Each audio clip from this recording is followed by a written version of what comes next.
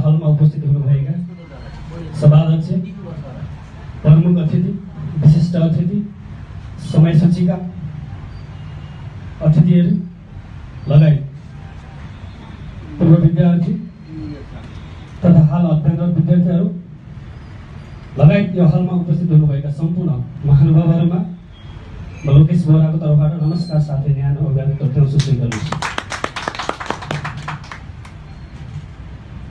आजको शीर्षक रहेको छ भ्रष्टाचार नियन्त्रण र सुशासन आजको आवश्यकता।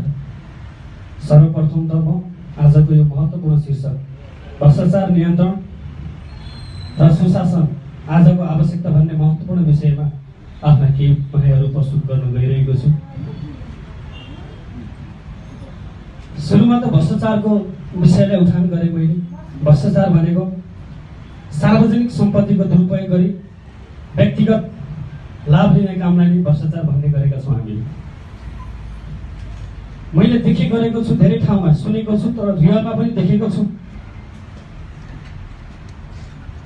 चाहे त्यो सरकारी निकायमा होस्, कुनै प्राइभेट निकायमा होस्, विभिन्न ठाउँमा नातावाद, कृपावाद, काममा ढिला सुस्ती, हरेक ठाउँमा भ्रष्टाचार भइरहेका छन्। जता पनि अनियमितता भइरहेको छ। विशेष गरेर अहिले धेरै घटनाहरू आइरहेका छन् यातायात कार्यालयहरूमा।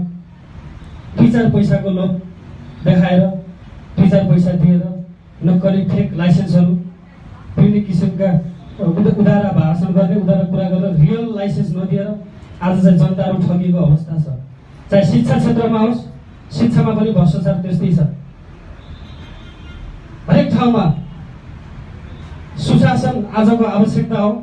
जवाफदेहिता हुनु पर्यो। अहिलेको युगमा, अहिलेको समाजमा सुशासन नभएर कुशासन भइरहेको छ। हामीलाई चाहिने भनेको सुशासन हो। जनताले अमूल्य मतदान गरेर अमूल्य आफ्नो मान्छेको जीवनमा गर्नुपर्ने भनेका रक्तदानहरू, मतदानहरू विभिन्न किसिमका भन्ने गरेका छौँ, हामीले सुन्ने गरेका छौँ। अमूल्य मतदान दिएर अमूल्य भोट प्रदान गरेर ओहदामा पुर्याएका हुन्छन् महामहिमहरूलाई। तर त्यो आफ्नो हक अधिकारको दुरुपयोग गरी आज कुशासन देशलाई कति पछाडि धकेलिरहेको छ भनेर आज हामीले प्रत्यक्ष देखिरहेका छौँ। विभिन्न देशका कुराहरू गरौँ, विदेशमा पनि भ्रष्टाचार भइरहेका छन्। नेपालमा मात्र भन्न चाहेको होइन मैले। तर त्यो देशको अवस्था हेरौँ, त्यहाँ भएका जनताको अवस्था हेरौँ, हरेक ठाउँमा त्यस्तै अवस्था छ। श्रीलङ्काको अवस्था हेरौँ, सुडानका अवस्था हेरौँ, हरेक ठाउँमा अनियमितता भ्रष्टाचारले गर्दा आज देश कहाँबाट कहाँ पुग्यो।